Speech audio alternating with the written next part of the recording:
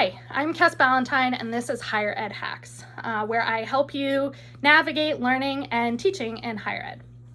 Okay, so this video is on the research statement, which is part of my video series on the academic job market. It is designed for people who are working on the materials that they'll be submitting to potential employers on the academic job market. And so this is one on the research statement. So again, similar to the teaching statement or teaching philosophy and the diversity statement, you don't always have to submit a research statement, but it's required by enough schools, at least in social work academic positions, that it's worth just writing and having ready to go so that you can hone it as you go. So this one is really trying to give some insight into basically your approach to research. What's your epistemological approach? What kinds of theories do you use? What kind of methods do you use?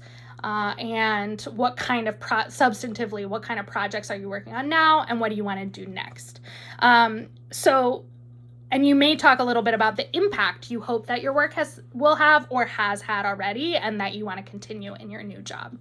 So this is really, again, about kind of that alignment. So I don't know if that's, again, I don't know that I've mentioned alignment before, but you want, hopefully your sort of epistemological approach, your research mission, your theoretical approach, the methods you use, etc., kind of line up to some extent and make sense with how you are approaching research. So I think people here are not looking for, although some jobs may be looking for a particular methodologist or a particular theoretician or whatever, overall in these statements, people are just looking to understand you as a researcher, not sort of being like, I have done, you've read a book on a lot. Most of us have learned a lot more research methods in our research methods class or been exposed to research methods that we've never used. So you might say, I would like to use a particular one because it will add such and such to my, it will help me explore this question or what have you. But this is not about a checkbox, oh my gosh, I have all these methods, or oh my gosh, I know all these theories. It's more about communicating who you are what is your research perspective. So this is kind of getting into that very core academic job concept that you are a scholar, that we are scholars, and that as scholars, we have a unique viewpoint and vision, and our training enhances that to try to help us answer these really important questions. So it's not it wouldn't make sense if you're like, these are the questions I want to answer, that then you're trying to get through a laundry list of I know every theory forever. So this is not about breadth necessarily. This is really about you and what you value most as a researcher. So the structure that I would recommend for this is starting with your general research interests. You focus on poverty, you focus on particular policies. You don't want to get too specific, but you want to be authentic to whatever your research interests are. You want to talk about your past research. So maybe you did research before graduate school, include that there if you have it, or even very early in your graduate school career, or you can skip that if you don't have it. And then your current research, what are the current projects that you're doing? If you're doing a lot of projects, highlight your range, or highlight the kind of what's interesting about what you're doing, and write that. You want the highlights here. And then you want a paragraph on your future research. And it hopefully will connect. I found this, and so I want to do this next.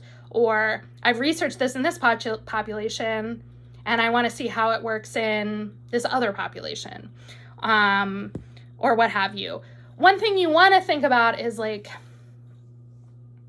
maybe not 100%, again, you're going to start to want to differentiate from your advisors shortly after you start. It doesn't mean you have to cut your advisors off and never do research with them again.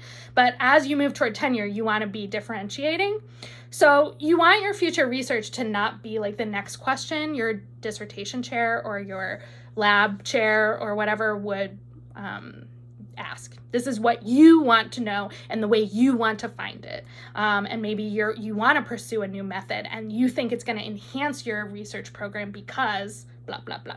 Or you want to work on impact, so you want to take your research a step further to blah, blah, blah. So again, you want to tell the story of what do you want to do? And it's kind of an exciting thing to think through, I think, because sometimes I think in the I don't know, sometimes during graduate school, I felt very excited, woo, this is I'm going to get to answer this question I want to answer, and I'm so excited.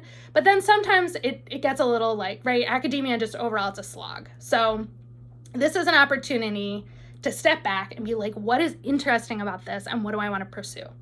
Remember, you don't necessarily nobody's going to pull this out and be you said you were going to do this. So don't feel pressure that whatever you write, you have to put the perfect thing down. No, just put down something that you think pretty much is what you might want to try next. And that's fine. Do include, wherever it makes sense in this piece, where you've presented and or published, any interesting collaborations, and also any impact that your work has already had or that you hope that you want to pursue as you move into professorhood. Okay, that's pretty much the research statement.